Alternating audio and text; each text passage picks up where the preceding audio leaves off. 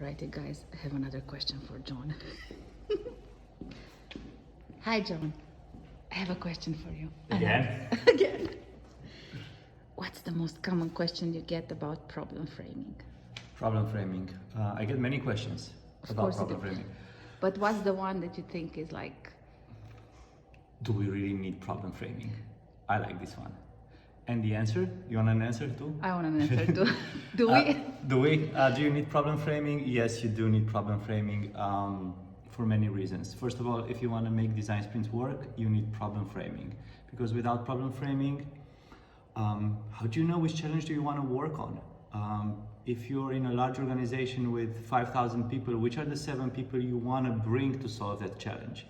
And how do you make sure you get stakeholder buy-in, right? Problem framing helps with that.